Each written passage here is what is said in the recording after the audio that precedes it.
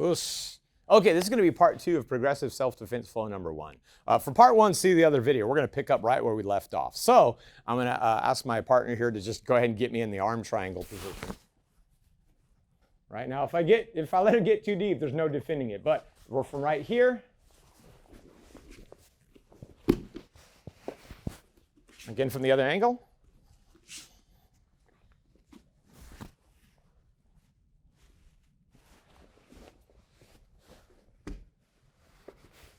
Now it's a little bit subtle, so we may move a little bit closer so we can see what's happening here. Come on this side, please.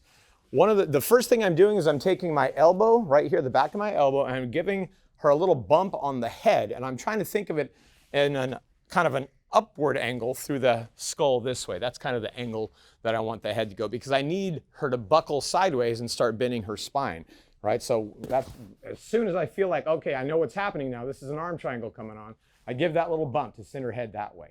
Now the other thing I'm going to do, come this way, is I'm going to put my knee on the inside of her knee or thigh right there. I'm going to bump it the opposite direction outward towards the outside of the knee. So those two movements together break her posture. Now from there, I'm going to drop my chest down hard on her shoulder here, drop my foot back, and so I'm setting up for a guillotine choke at this point. My right hand comes down and across the throat here, so you can see my fingers wiggling. My left hand's going to go meet it. I'm going to connect those two things together. Once I have the connection and I start to squeeze and hug, I'll step both feet in under her shoulders and start arching a little bit. Drop my shoulder blade down, lifting my forearm up, and rocking back a little bit with the hips. Those three things combine to finish the guillotine. I'll show you from another angle here. So however I got here, but I feel like, okay, here comes the arm triangle. Bump the head, bump the knee, boom. Opposite directions kind of break the posture. Now I'm going to drop this right foot back to create space and get my weight down on her, forcing her to bend over. So right now her spine is pretty parallel to the floor. Right hand's going to come across the throat, connect to my left hand on the other side. Once I've made that connection, I'm starting to apply the choke. I'll step both feet in under her shoulders, start to arch, and we have the lift here and the elbow drop there. Thank you, ma'am. So if you're to follow along, right, imagine we're already in the choke. If we're in the choke, this arm is kind of crumbling across our face, or it's up or something like this, right? This elbow right here, it's going to bump across and a little bit up, a little bit of an upward angle, right? Like it's skipping off the temple.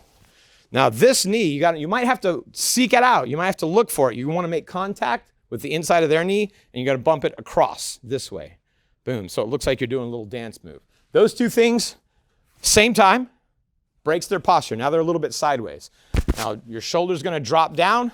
Your right foot's going to drop back, right? Using your body weight on their shoulder to force them to bend over. And then it's across the throat here, nice and tight. All the way to this side, connect to the left hand. There's a couple of different grips. I like this, just grab the edge of my hand. It's nice and straightforward.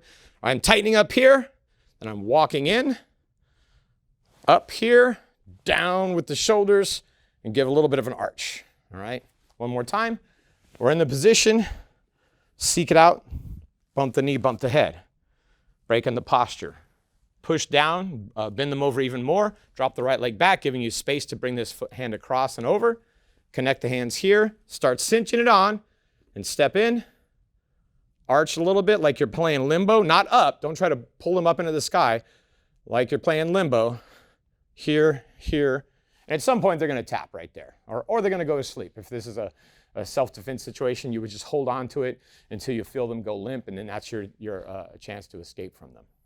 All right, so that is progressive self-defense flow number 1, part 2.